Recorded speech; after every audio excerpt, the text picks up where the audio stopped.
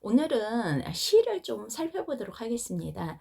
제가 요즘에 거기에 나오는 드라마 중에서 졸업이라는 드라마를 우연히 유튜브에서 이렇게 추천 영상으로 보게 됐거든요. 근데 너무 재밌게 봤어요. 근데 거기에서 농무라는 시를 가지고 학교 선생님하고 그 이제 학원 강사하고 이렇게 의견 차이를 보이는 거가 이렇게 나오더라고요. 그래서 요 부분이 여러분들 소개하는데 조금 재미있을 것 같아서 한번 선택을 해 보았습니다. 물론 재미만이 아니라요. 그다음에 출제 경향상 반어나 역설이 나오면 그 작품에 나오면 시험 문제에 아주 잘 나오는 문제이기도 합니다. 그러면 한번 들어가 보도록 할게요. 우선 시이죠. 그러면 작품을 보니까 김소월 씨의 먼 후일이라는 작품이네요. 이 김소월이라는 이 시인은요, 여러분들 작가에 대해서 조금 알고 있으면 훨씬 시를 이해하는 데 도움이 되거든요. 이분은 이제 이별의 슬픔과 그다음에 사랑하는 임에 대한 그리움, 아무래도 이별했으니까 그립겠죠. 그리움의 노래를 주로 많이 쓰셨고요. 여러분들이 이분의 시를 한 번쯤은 들어보셨을 거예요. 나보기가 역겨워 가실 때에는 말없이 고이 보내 드리오리다, 이런 시가 있거든요. 이거 진달래꽃이라는 시가 있어요. 그래서 이런 식으로 이별의 한에 대해서 노래를 많이 부르셨던 분입니다. 그거를 기본적으로 깔고 한번 문제를 풀어보면 더욱 도움이 되실 거예요. 그리고 제목은 굉장히 중요하다고 그랬는데, 먼 후일? 이 먼 후일의 의미가 이 시에서는 어떤 의미로 이렇게 다가왔나 한번 생각을 해보시는 것도 좋은 팁일 것 같습니다. 그러면 11번을 보도록 하겠습니다. 이 글에 대한 설명으로 적절하지 않은 것은, 네, 역시 형식성 문제 한번 물어 나왔고요.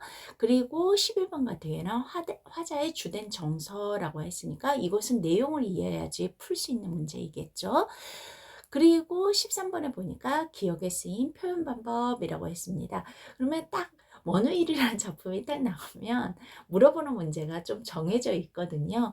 당연히 표현 방법에 대해서 물어봤으면, 이거는 요거다라고 이제 거기 그 시험을 준비하시는 분들은 탁탁탁탁 눈에 보이셔야 될 것 같아요.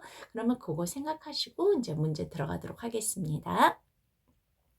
네, 작품을 보겠습니다. 먼 훗날 당신이 찾으시면 이라고 얘기했습니다.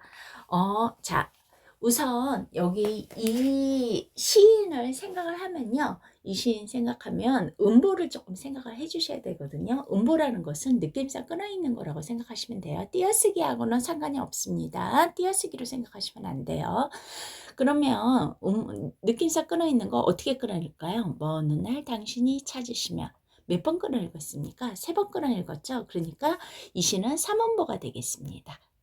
네. 근데 여러분, 아리랑 같은 거 보세요. 아리랑, 아리랑, 아라리오. 세 번 끊어 읽었죠? 약간 전통적인 정서를 나타내는, 그러니까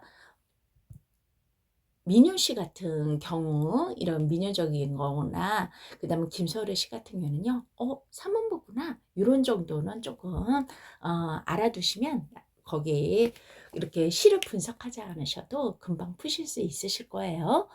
그대 내 말이 잊었노라 라고 얘기했습니다. 시적 화자 나왔네요. 시에서 말하는 사람, 내 말이 잊었노라 라고 얘기했습니다. 나라는 시적 화자가 나왔어요. 김서월은 남자이긴 하지만 소리라고 해서 기생으로 생각해가지고 여자 화자라고 생각하시는 분들이 있는데요. 김서월은 남자입니다.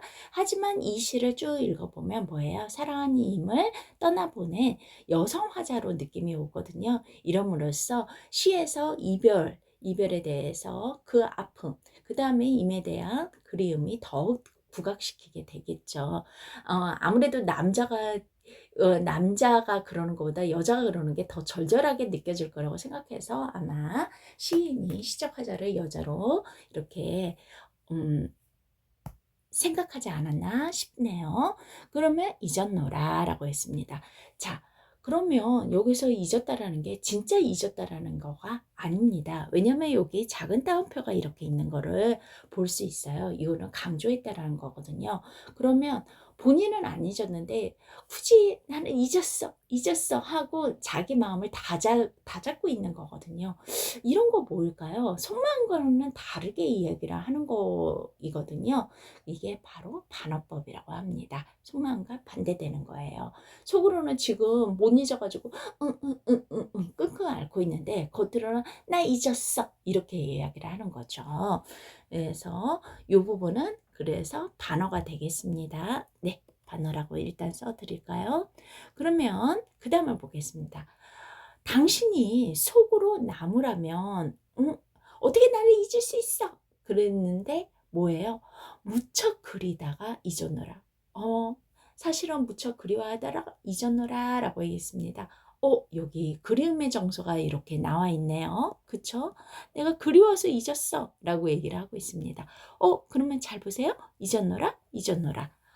이런 식으로 해가지고 지금 시어가 반복이 되고 있죠. 그리고 어떻게 되어 있습니까? 이렇게 반복이 되어 있다라는 것은 무엇을 말할까요? 네, 운율이 느껴지는 거고, 운율이 느껴진다는 것은 의미를 강조할 수가 있는 거겠죠. 반복, 운율 느껴지고, 리듬도 느껴지고, 결국에는 의미를 강조한다. 이렇게 생각하시면 되겠습니다. 그리고 여기 색깔을 조금 달리 해볼까요? 여기 뭐뭐면, 뭐뭐면, 뭐뭐노라, 뭐뭐노라. 문장 구조도 반복된 거를 알 수가 있죠. 그 다음에 세 번째 넘어가도록 하겠습니다. 자, 그래도 당신이 나무라면 뭐래요? 난 믿기지 않아서 잊었노라. 이런 식으로 이야기를 하겠대요. 역시 문장 구조 반복이 또 있겠네요. 오늘도 어제도 아니 있고 잊지 못했네요. 그쵸? 그리고 이 말은 오늘도 과거에도 어제도 뭐예요? 오늘은 현재고요. 어제도 과거에도 늘 항상 못 잊고 있다라는 것을 이야기를 하고 있죠.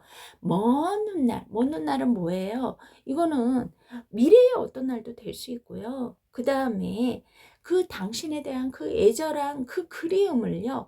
효과적으로 표현하기 위해서 이런 식으로 표현했네요. 그때는 뭐예요? 잊었노라 라고 얘기를 했게 돼요. 근데 지금 시적 화자를 봤을 때 그때에도 못 잊었을 거예요. 우스갯소리로 뭐 남자한테는 첫사랑은 절대로 뭐 죽을 때까지 못 잊는다고 하는데 아마 이런 기분이 아닐까 싶기도 하네요. 예, 그때 잊었노라 하지만 실질적으로는 못 잊은 거겠죠. 역시 반복된 시어 나왔죠. 그리고 여기도 반복된 시어 나왔네요. 뭐는 날, 뭐는 날. 그쵸? 그리고 문장 구조가 약간 다르기는 하지만 여기서도 뭐뭐고 잊었노라 이런 식으로 나와 있네요. 그러면 11번을 한번 보도록 하겠습니다. 윗글에 대한 설명으로 적절하지 않은 것은 이라고 얘기했습니다. 자, 각 연을 모두 이행으로 배열하였다 라고 이야기를 했습니다. 네, 보니까 여기 둘, 둘, 둘, 둘 이렇게 되어 있으니까 맞네요. 2번 다양한 감각적 심상을 사용하였다. 아니요, 여기에서는 그런 다양한 심상을 이용한 거는 보이지 않습니다. 그러니까 답은 2번이 되겠네요. 반복적으로 동일한 어휘, 제가 이게 반복적이기 때문에 운율을 느낄 수 있고 운율을 느껴서 의미를 강조할 수 있다고 이야기를 드렸으니까 이것도 맞죠. 미래 상황을 가정하는 표현을 사용하였다. 뭐뭐 하면 if의 의미잖아요. 가정했죠. 그리고 먼 훗날 얘기했으니까 이것도 맞죠. 그래서 답은 2번입니다. 12번. 너무 쉽네요. 윗글에 나타난 화자의 주된 정서. 네, 너무 보고 싶어서 못 잊어서 이러는 거니까 그리움이 되겠죠. 그리고 13번 보겠습니다. 기억에 쓰인 표현 방법 너무 쉽죠? 뭐예요? 속마음과 반대된 거잖아요. 그러니까 무슨 법이 될까요? 네, 반어법이 되겠습니다. 여러분들 시중에서요. 어떤 시가 딱 나왔을 때 이 시가 나오면 무슨 문제가 나오겠구나 하는 시들이 있어요. 그런데 그런 시들이 굉장히 고맙게도 네, 거기에 검정고시에서는 기출문제로 되게 잘 나오거든요. 그래서 그런 시들 같은 경우에 여러분들 시중교재에 이렇게 거기 여러 시중교재가 있을 때 중복적으로 나오는 시 같은 경우에 또는 문학 거기 소설 같은 이제 시나 소설 같은 문학 경우에 이런 반복적으로 나오는 작품들은 꼭 챙겨보시기 바랍니다. 그 작품들이 나오는 것 중에서 이렇게 예전부터 나오던 아니면 출제위원들이 좋아하던 작품들이 나올 수 있거든요. 그거 꼭 참고하시고요.